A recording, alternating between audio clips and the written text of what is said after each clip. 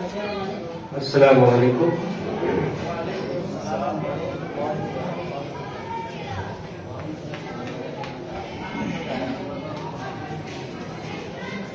آج بالکل صحیح وقت پر ہمیں کھڑا کیا گیا ہے، کیونکہ آج ہماری گفتگو گزارشات پر مبنی ہے جو صاحب سجادہ سے تعلق رکھتی ہے. اس لیے اس سنجیدگی کے ماحول میں ہماری گفتگو انشاءاللہ سنی جائے گی. میں حضرت صاحب سجادہ سے درخواست کرتا ہوں کہ توجہ سے سنیں.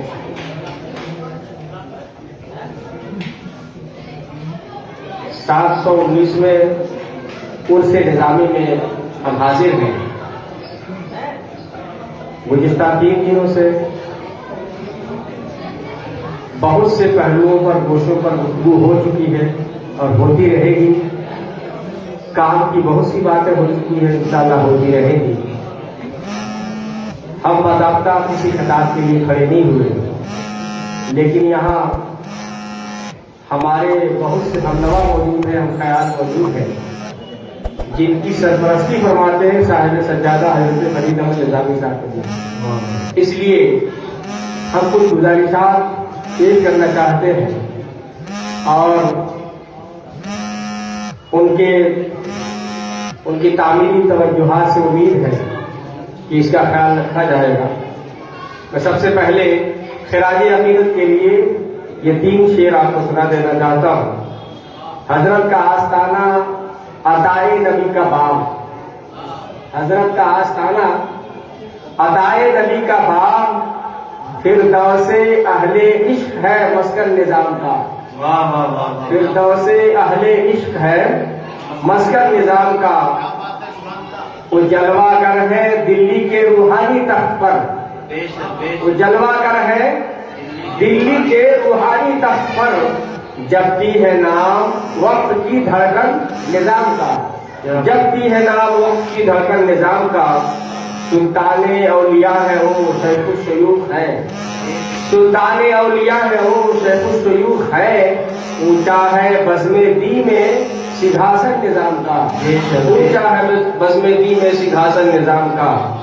اب 2 باتیں ہم عرض کرنا چاہتے ہیں. پہلی چیز یہ کہ یہ بڑی خوش نصیبی کی بات ہے کہ صاحب سجادہ حضرت پیر فرید احمد نظامی صاحب قبلہ ان کی سرپرستی میں عرس نظامی، عرس امیر خسرو اپنی روایتی شان و شوکت کے ساتھ منعقد ہوتا ہے.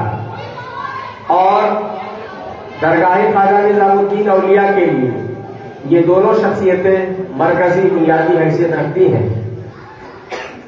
اس لیے ان دونوں شخصیات کے حوالے سے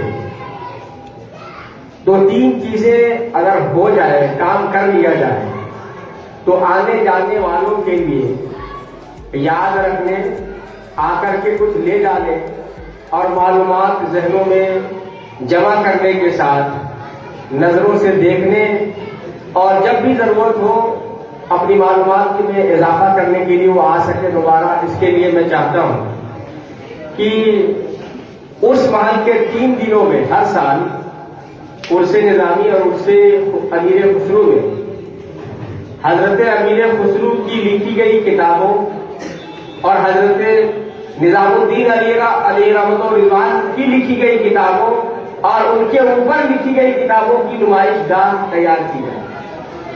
مولانا مقبول احمد مصباحی صاحب توجہ سے سنیں. عرس محل میں بہت ساری جگہ موجود ہیں. حضرت امیر خسرو کے عرس میں، حضرت نظام الدین اولیاء علیہ رحمۃ کے عرس میں، کسی بھی گوشے میں حضرت نظام الدین اولیاء کی یادگار، ان کی تصانیف، ان کے ملفوظات اور ان کے اوپر لکھی گئی کتابوں کی نمائش ہونی چاہیے کم سے کم 3 دنوں تک. اور اس کے لیے افراد کون ہوں گے ہم دیں گے، ایماندار افراد جو اس کی حفاظت کریں، تاکہ جو لوگ آتے ہیں اور ادھر ادھر گھومتے ہیں ان کے لیے کچھ دیر کے لیے معلومات کا خزانہ ہو، مرکز ہو جہاں وہ دیکھیں، اپنی آنکھوں کو ٹھنڈک پہنچائے، روشنی بخشے. تو یہ نمائش گاہ ہونی چاہیے. اس کی نصاب بندی، منصوبہ بندی کیا ہوگی، اسے کر لیا جائے گا انشاءاللہ تعالی. ہمارے پاس افراد بہت ہیں اور مولانا جنید نظامی صاحب کے احباب کی تعداد بڑھتی جا رہی ہے جو کام کے احباب ہیں۔ دوسری چیز یہ ہے کہ حضرت نظام الدین اولیاء حشد بہشت صوفیاء چشت میں آتے ہیں، تو یہ ایک خاص موضوع ہے۔ اہل بہشت 8 جو صوفیاء ہیں، چشتی صوفیاء بتائے، ان کے ملفوظات چشت اہل بہشت کے نام سے مشہور ہیں۔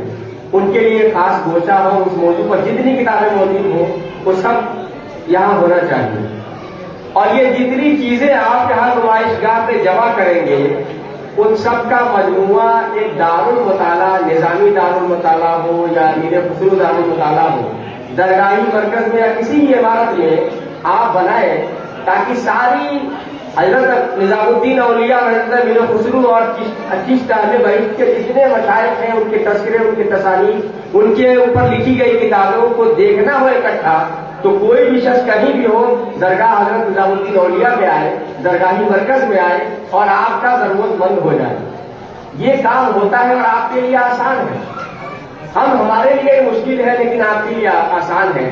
لوگ شرف سمجھیں گے کہ حضرت فرید میاں نے مجھ سے کہا ہے کہ فلاں کتاب مجھے عطا کی جائے، دی جائے، اور وہ آپ کا حکم مانیں گے تو آپ نصاب بندی، منصوبہ بندی کے بعد آپ طے کر لیں گے تو انشاءاللہ تعالیٰ آپ کے ساتھ جو احباب ہیں، ہم لوگ ہیں، یہ سارا کام کریں گے، لیکن کوئی جگہ طے کی جائے اور اس پر کام ہو جائے، تاکہ کوئی بھی شخص تحقیق کرنا چاہیے، کسی طرح کا کام کرنا چاہیے تو حضرت نظام الدین اولیاء کی بارگاہ میں آئے اور اس سے استفادہ کرے۔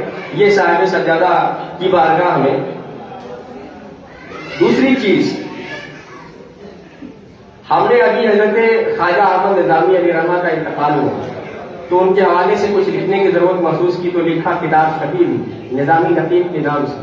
اس وقت محسوس ہوا یہ 719واں عرس نظامی ہے، مطلب 700 سال گزر چکے آپ کے وصال کے۔ اس بیچ میں کتنے سجادہ نشین ہوئے، ان کے ہمنوا ہوئے، ان کے کتنے خلفاء علماء دین تھے، ان کی تحریریں تھیں، بہت سارے سجادہ نشینوں کی کتابیں ہیں، کتابچے ہیں، اردو میں، عربی میں، فارسی میں، انگلش میں رسالے یہاں نکلے۔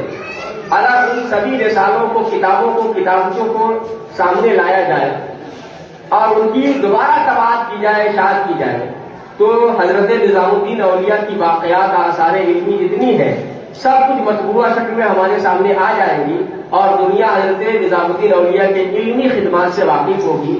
جو روحانی شخصیات سے استفادہ کرتے ہیں، روحانیت سے فائدہ اٹھاتے ہیں، اسی طریقے سے ان کی علمی خدمات سے بھی فائدہ اٹھائیں گے۔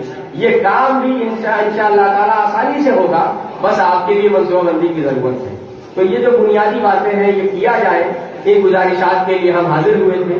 انشاءاللہ تعالیٰ امید ہے صاحب سجادہ کی ذات سے اس پر توجہ دیں گے، اور جس شخص کی بھی ضرورت ہوگی اس کام کے لیے ہم فراہم کریں گے۔ السلام علیکم۔